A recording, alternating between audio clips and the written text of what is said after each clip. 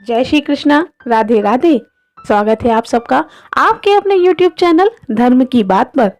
आज हम बात करेंगे कार्तिक मास महात्म्य के तीसरे अध्याय की।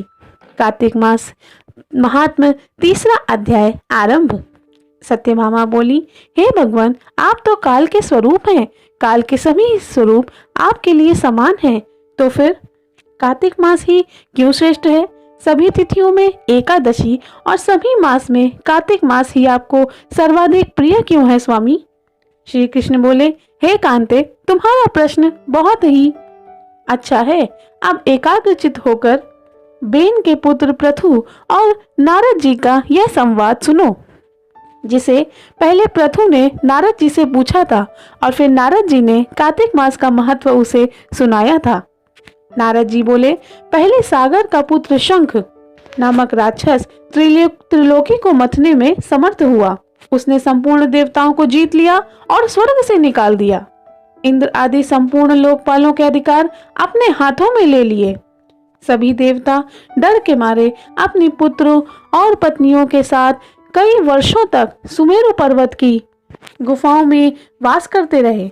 जब देवता लोग स्वर्गलोक को छोड़कर वहां से चले गए, तब भी राक्षस शंख को संतुष्टि न मिली। उसने सोचा, मैंने देवताओं को तो जीत लिया है, पर फिर भी वे शक्तिहीन तो नहीं हुए हैं। वे वेद मंत्रों आदि के द्वारा पुनः शक्तिशाली तो हो ही जाते हैं। यदि मैं उनके वेद मंत्रों का ही हरण कर लूं, तो वे पुनः शक्तिशाली कभी न हो पाएंगे। ऐसा विचार करके वह राक्षस भगवान विष्णु को निद्रा में ग्रस्त देखकर स्वयं ब्रह्मा जी के लोक पहुंचा और वहां से वेदों का हरण करने का प्रयास करने लगा। उसके डर से वेद अपने बीजों सहित मंत्रों को लेकर जल में प्रवेश कर गए। तब तो उन्हें खोजता हुआ शंखासुर भी समुद्र के भीतर प्रवेश कर गया, परंतु वे सभी वेद कहीं भी एक स्थान पर उसे प्राप्त न हुए। पीछे से ब्रह्मा जी सभी देवताओं को एकत्रित कर बैकुंठ लोक में भगवान विष्णु के पास गए। श्री विष्णु को निद्रा से जगाने के लिए सभी देवता कीर्तन भजन उनका स्मरण करने लगे, गंध और धूप करने लगे और अपनी रक्षा के लिए उनसे प्रार्थना करने लगे। उनकी प्रार्थना से प्रसन्न होकर श्री विष्णु भगवान ने नेत्र खोले। तब सभी देवताओं ने उनके दर्शन किए और भगवान की षोडशोपचार विधि से पूजन करके उनका दंडवत प्रणाम किया। भगवान ने कहा, मैं आपकी पूजा अर्चना से प्रसन्न हूँ। मैं आपकी सभी मनोकामनाओं को पूर्ण करूँगा।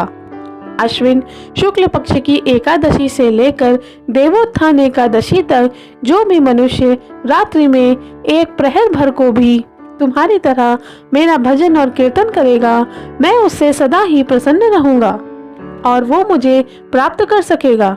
शंखासुर ने जिन जिन वेदों को हर लिया है, मैं उस शंखासुर का वध करके उन सबको वापस लेकर आऊंगा। अब से बीज मंत्र समेत सभी वेद प्रतिवर्ष कार्तिक के महीने में सदा जल में निवास करेंगे। मत्स्य रूप धारण करके मैं समुद्र में जाता हूँ। तुम सभी मुनियों को एकत्रित कर मेरे पीछे आओ। इस लोक में जो भी मनुष्य प्रातःकाल जल्दी स्नान करते हैं, वे निश्चय ही अक्षत स्नान के फल को प्राप्त करते हैं। जो मनुष्य कार्तिक में सदा व्रत का पालन करते हैं, हे इंद्र, तुम उन्हें मेरे इस बैकुंठ लोक में पहुंचा दिया करो। हे यम, तुम उनकी सदा रक्षा करते रहो। हे वरुण, तुम उनको पुत्र पौत्र आदि सब प्रदान करते रहो। हे कुबेर, तुम उनके धन धान्य की रक्षा करो। हे अन्य देवताओं, जो व्यक्ति जन्म से मरण तक इस व्रत का पालन करे, वह तुम्हारे लिए भी पूजनीय होगा। तुम सबने मुझे एकादशी के दिन जगाया है, इसीलिए आज से इस एकादशी का विशेष महत्व होगा। इति श्री कार्तिक महात्म्य तीसरा अध्याय समाप्त। जय श्री कृष्ण।